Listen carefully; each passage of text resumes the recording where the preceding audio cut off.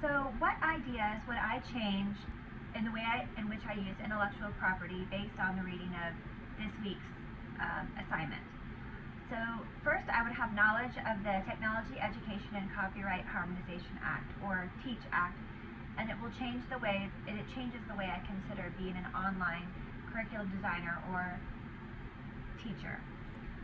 Because copyrighted material can be anything on the internet that may or may not have a copyright on it, there's always a potential violation of the law.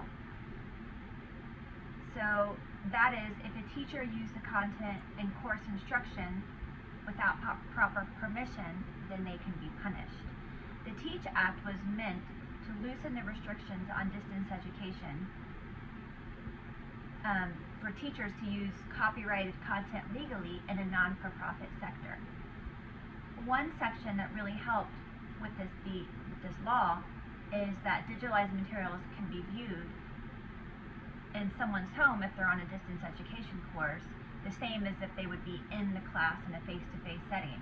Before this time, they had to be receiving this content in a education setting, but now they're protected to view it by law from their home as long as it's in the confines of the non-for-profit accredited university. This means that a student has the same access at home as they do in school. So this law was supposed to be very helpful, and it has been in a way, but how it would influence how I teach in regards to copyright is, first I would need to be aware of the laws.